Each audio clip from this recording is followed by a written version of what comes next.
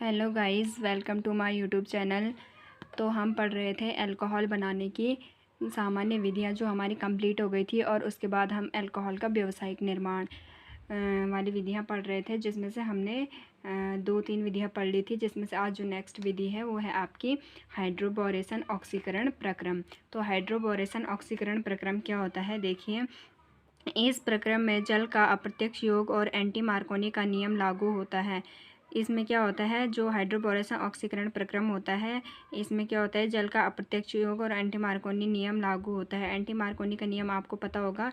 Markovnikov का नियम और एंटी मार्कोनी का नियम दो होते हैं। एंटी मार्कोनी का नियम क्या होता है कि जब हम अभिक्रिया कराते हैं तो जो अभिक्रिया का माइनस वाला भाग होता है वो हमेशा उस कार्बन पर जुड़ेगा जिसमें हाइड्रोजन की संख्या ज़्यादा होगी, और जबकि प्लस वाला उस पर जुड़ेगा जिस पर हाइड्रोजन की संख्या कम होगी।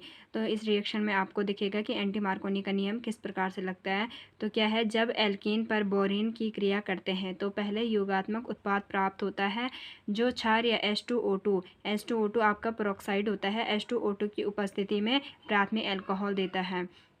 क्या होता है, जब एल्कीन, ये है आपका एल्कीन, इसको हम प्रोपीन भी कहते हैं। एल्कीन, हमने एक एल्कीन ले लिया है जो है CH3 CS double bond CH2, और इसमें क्या होगा आपका, किसकी रिएक्शन करेंगे, बोरेन। बोरेन का सूत्र होता है BH3। तो हमने BH3 को ऐसे लिख दिया है, H को इधर और BH2 को इधर। फिर यहाँ से हम H पॉजिटिव निकलेगा और BH2 नेगेटिव। तो यहाँ पर क्या बोला था, एंटी मार्कोनी का नियम लागू होगा। तो एंटी मार्कोनी का नियम के अनुसार क्या होगा, जो इसका माइनस वाला हिस्सा होगा वो उस पर जुड़ेगा जिसमें हाइड्रोजन की संख्या ज़्यादा होगी, लेकिन जुड़ेगा कि असंतृप्त हाइड्रोकार्बन पे, जो असंतृप्त हाइड्रोकार्बन होगा, क्योंकि डबल बॉन्ड यहाँ पर है तो असंतृप्त ये हो गया। तो इसमें क्या है, हाइड्रोजन की संख्या इस वाले कार्बन पे ज़्यादा है तो इस पर माइनस वाला पार्ट जुड़ेगा, और इस पर हाइड्रोजन की संख्या कम है तो इस पर प्लस वाला पार्ट जुड़ेगा।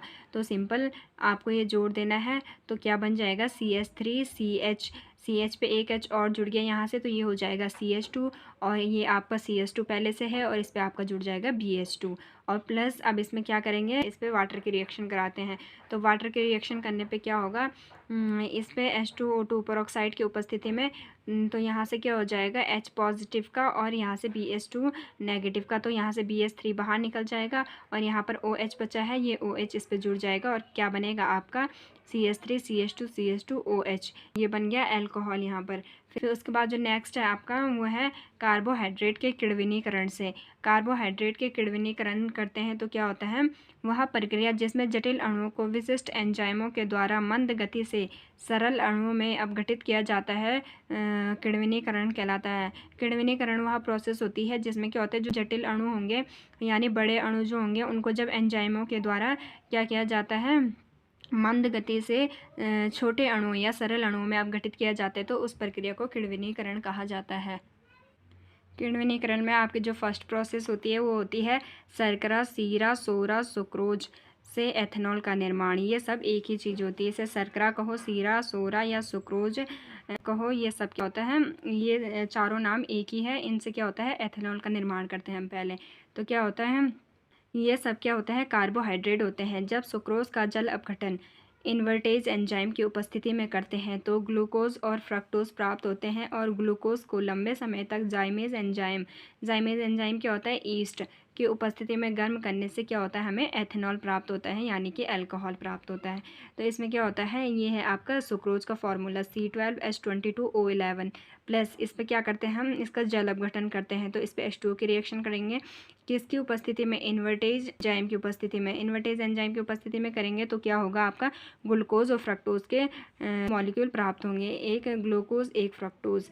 ग्लूकोज और फ्रक्टोज का फॉर्मूला सेम ही होता है। ग्लूकोज के एक अणु को लेते हैं और उसे जाइमेज एंजाइम की उपस्थिति में गर्म करते हैं, तो क्या होता है, यहाँ से 2 CH3 CH2OH यानी 2 एथेनॉल के मॉलिक्यूल प्राप्त होते हैं, और साथ में CO2 बाहर निकल जाती है। तो ये होता है सुक्रोज से एथेनॉल का निर्माण। उसके बाद है आपका स्टार्च से एथेनॉल। अब हम स्टार्च से एथेनॉल का निर्माण करेंगे। तो क्या होता है, जब स्टार्च का जल अपघटन डाई स्टेज एंजाइम की उपस्थिति में करते हैं तो उच्च ताप पर माल्टोज प्राप्त होता है, और माल्टोज का जल अपघटन माल्टेज एंजाइम की उपस्थिति में गर्म करने से ग्लूकोज प्राप्त होता है, और ग्लूकोज को जाइमेज एंजाइम एथेनॉल में परिवर्तित करता है। क्या होता है, जब स्टार्च का जल अपघटन करते हैं, स्टार्च का, ये आपका स्टार्च का फार्मूला होता है C6H10O5 का होल N और प्लस NH2O। NH2 यानी H2O के कितने भी मॉलिक्यूल हो सकते हैं और इस C6H10O5 के भी कितने भी मॉलिक्यूल हो सकते हैं। तो इसके जब हम जल अपघटन करेंगे किस एंजाइम की उपस्थिति में, डाई स्टेज एंजाइम की उपस्थिति में, तो क्या होगा आपका यहाँ पर माल्टोज प्राप्त होगा। माल्टोज का फार्मूला होता है C12H22O11।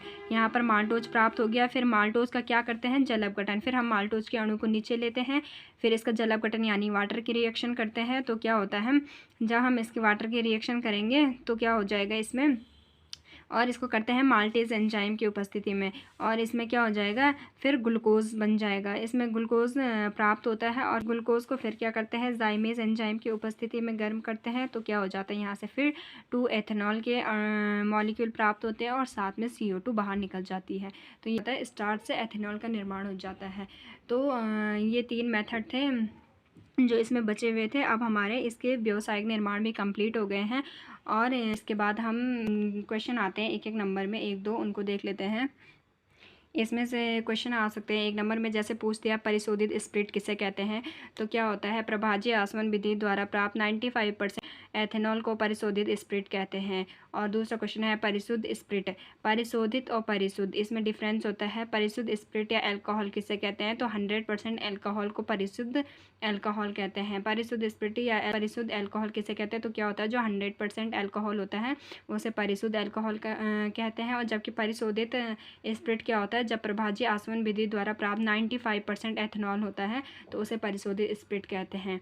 उसके बाद आता है वॉश किसे कहते हैं, तो वॉश क्या होता है, किण्वन विधि के द्वारा प्राप्त 8 से 10% एथेनॉल को वॉश कहते हैं। जब किण्वन विधि के द्वारा जो हमें 8 से 10% एथेनॉल प्राप्त होता है तो उसे हम क्या कहते हैं, वॉश कहते हैं। तो ये एक एक नंबर के क्वेश्चन होते हैं, कभी 1 नंबर में पूछ लेते हैं। और इसके बाद हम जो पढ़ेंगे वो है आपका अल्कोहल का भौतिक गुण, यानी physical properties of alcohol. Alcohol के भौतिक गुण।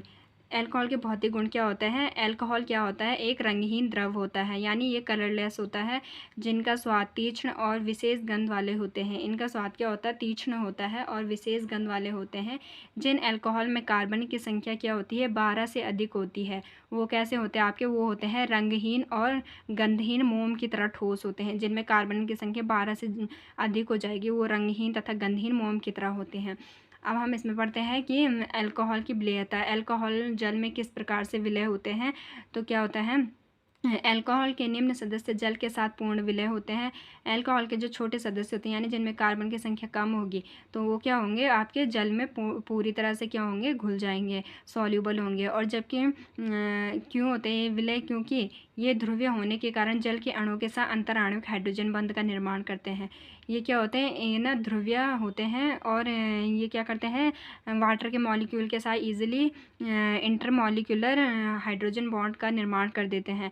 इंटरमॉलिक्यूलर हाइड्रोजन बॉन्ड कौन कौन से परमाणु बनाते हैं ये आपको पता होना चाहिए, जो क्या होते हैं, अधिक विद्युत ऋणी होते हैं। अधिक विद्युत ऋणी कौन से परमाणु थे, एक ऑक्सीजन हो गया, एक नाइट्रोजन हो गया और एक फ्लोरीन हो गया। केवल यही 3 परमाणु होते हैं जो क्या होते हैं, हाइड्रोजन बंध बनाते हैं।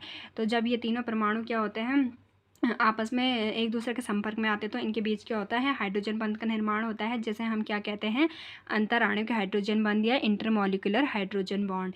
तो क्या होता है, जब यहाँ से ये है आपका मेथिल अल्कोहल CH3OH, तो यहाँ का जब H परमाणु वाटर के O परमाणु के संपर्क में आएगा तो ये O है, यहाँ से HH, तो इस पे क्या हो जाएगा, इनके बीच हाइड्रोजन बंध बनेगा। फिर ये HO के संपर्क में आता है और फिर यहाँ से ये HO के संपर्क में, इस प्रकार से एक अल्कोहल का अणु, एक वाटर का अणु, एक अल्कोहल का अणु, एक वाटर का अणु, एक अल्कोहल, फिर ये चैन इसी प्रकार चलती जाती है, तो इसे क्या कहते हैं, हाइड्रोजन बॉन्ड। और इसी के कारण ये क्या होता है, वाटर में सॉल्यूबल होते हैं। और इसके जगह हम यहाँ पर C2H5OH एथिल अल्कोहल भी ले सकते हैं, ethyl alcohol water, ethyl alcohol water, और इनके बीच क्या बन जाता है, हाइड्रोजन बॉन्ड। क्योंकि क्वेश्चन आता है पेपर में कि अल्कोहल वाटर में सॉल्यूबल होते हैं क्यों, तो इसका आंसर होगा कि क्योंकि ये क्या करते हैं, वाटर के साथ इंटरमॉलिक्यूलर हाइड्रोजन बॉन्ड बनाते हैं। क्या होता है, अल्कोहलों का जैसे जैसे अणुभार बढ़ता जाता है, जल में विलेयता घटती जाती है। जैसे जैसे अल्कोहलों का क्या होगा, अणुभार यानी कि जब उसमें कार्बन और हाइड्रोजन की संख्या अधिक होती जाएगी तो उसका क्या हो जाएगा, जल में जो विलेयता है वो कम हो जाएगी। क्योंकि बड़ा एल्किल समूह आर समूह जो होगा, जब इसमें ज़्यादा बड़ा ग्रुप जुड़ेगा, जैसे इसमें CH3 है तो ये ज़्यादा विलय होगा, और C2H5 होगा तो ये कम विलय होगा। क्योंकि क्या होता है, जो ये आर ग्रुप होता है ये क्या होता है, जल विरागी, जल विरोधी या जल प्रतिकर्षी यानी हाइड्रोफोबिक समूह का कार्य करता है। ये जल को प्रतिकर्षित करने का कार्य करता है, जिस कारण क्या होता है, जो बड़े समूह होते हैं वो वाटर में कम विलय होते हैं, और जबकि जो छोटे समूह होते हैं वो वाटर में अधिक विलय होते हैं। तो इसमें आगे क्या है देखिए, जैसे एग्जाम्पल है, जल में विलेयता का घटता हुआ क्रम क्या होता है, जो CH3OH है ये सबसे ज़्यादा विलय होगा, फिर CH3CH2OH ये उससे थोड़ा कम विलय होगा, फिर उसके बाद जिसमें 3 कार्बन होंगे, फिर उसके बाद 4 वाला और कम होगा। तो ये क्या है, विलयता का घटता हुआ क्रम है। तो क्या है, जिसमें क्या होगा, अणुभार, जिस अल्कोहल का अणुभार कम होगा वो अधिक विलय होगा, और जिस अल्कोहल का अणुभार ज़्यादा होगा वो कम विलय होगा। और रीज़न यही है कि क्या होता है, बड़ा आर ग्रुप जो होता है वो आपका क्या होता है, हाइड्रोफोबिक या जल प्रतिकर्षी का काम करता है, जिसके कारण वो वाटर में कम विलय होता है। फिर उसके बाद आता है आपका क्वथनांक, या जिसे हम कहते हैं बॉइलिंग पॉइंट या BP। अल्कोहल का BP अपने संगत हाइड्रोकार्बनों जैसे CH3 CH3 CH3 CH2 Cl और CH3O CH3 यानी कि अल्कोहल का जो क्वथनांक होता है वो अपने संगत हाइड्रोकार्बन, मतलब इसकी तरह जो संगत यानी इसकी तरह जो हाइड्रोकार्बन होंगे, जैसे ईथर हो गया या क्लोरोएथेन हो गया, जो ये होते हैं तो इनसे क्या होता है, उच्च होता है। उच्च क्यों होगा, रीज़न यही है क्योंकि अल्कोहल के अणु क्या है, परस्पर आपस में अंतर आणविक हाइड्रोजन बंध का निर्माण करते हैं और एक जटिल अणु बनाते हैं, जिससे क्या हो जाता है, BP बढ़ जाता है, यानी कि बॉइलिंग पॉइंट बढ़ जाता है। इनके बॉन्ड को तोड़ने के लिए क्या होगा, अधिक एनर्जी की आवश्यकता होगी। जब अधिक एनर्जी चाहिए होगी तो क्या होगा, उसमें टाइम लगेगा, इसीलिए इसका BP क्या हो जाएगा, ज़्यादा हो जाएगा। इनके बीच जो ये है अंतराण्विक हाइड्रोजन बॉन्ड के कारण ही क्या होगा, इनका BP अधिक होगा। अल्कोहलों का BP अणुभार पर भी निर्भर करता है, क्योंकि यदि कार्बन की सीधी श्रृंखला पर R का मान बढ़ता जाता है तो अणुभार भी घटता जाता है, जिससे BP भी बढ़ता है। जैसे देखिए BP का बढ़ता हुआ क्रम, CH3OH, इसमें केवल एक R ग्रुप है, और इसमें CH3 CH2OH। जैसे जैसे अणुभार बढ़ रहा है तो क्या होगा, R का मान बढ़ने पर अणुभार भी बढ़ता जाता है, तो जिससे क्या होगा, BP बढ़ता जाएगा। इसका मतलब जिसमें कम अणुभार है, यानी कि इसमें CH3 एक ग्रुप है तो इसका अणुभार कम होगा, तो इसमें क्या हो जाएगा, इसका BP कम हो जाएगा। जैसे जैसे अणुभार बढ़ता जाएगा वैसे वैसे BP बढ़ता है। क्या होता है, क्वेश्चन आता है पेपर में कि जैसे आपको पूछ दिया मेथनॉल और एथेनॉल में से किसका BP अधिक होगा और कैसे, तो ये हमें पता होना चाहिए कि अणुभार बढ़ने पर क्या होता है, BP बढ़ता है। तो मेथनॉल में क्या होता है, मेथनॉल का अणुभार देखिए 32 होता है और एथेनॉल का 46 होता है, तो अणुभार बढ़ेगा तो क्या होगा, इसका BP भी बढ़ जाएगा। तो सिंपल हमें यही पता होना चाहिए कि क्या होता है, अणुभार बढ़ने पर BP का मान बढ़ता है, अतः BP क्या होता है, अणुभार पर भी निर्भर करता है, जिस कारण क्या है कि अगर एथेनॉल और मेथनॉल में पूछ गया तो एथेनॉल का जो वो होगा BP वो मेथनॉल से अधिक होगा। तो ये है, इसका 32 है BP, इसका 46 है, इसका 60 है, इसका 74 है। तो इसमें से सबसे ज़्यादा BP किसका होगा, 74 वाले का, क्योंकि इसका अणुभार सबसे अधिक है।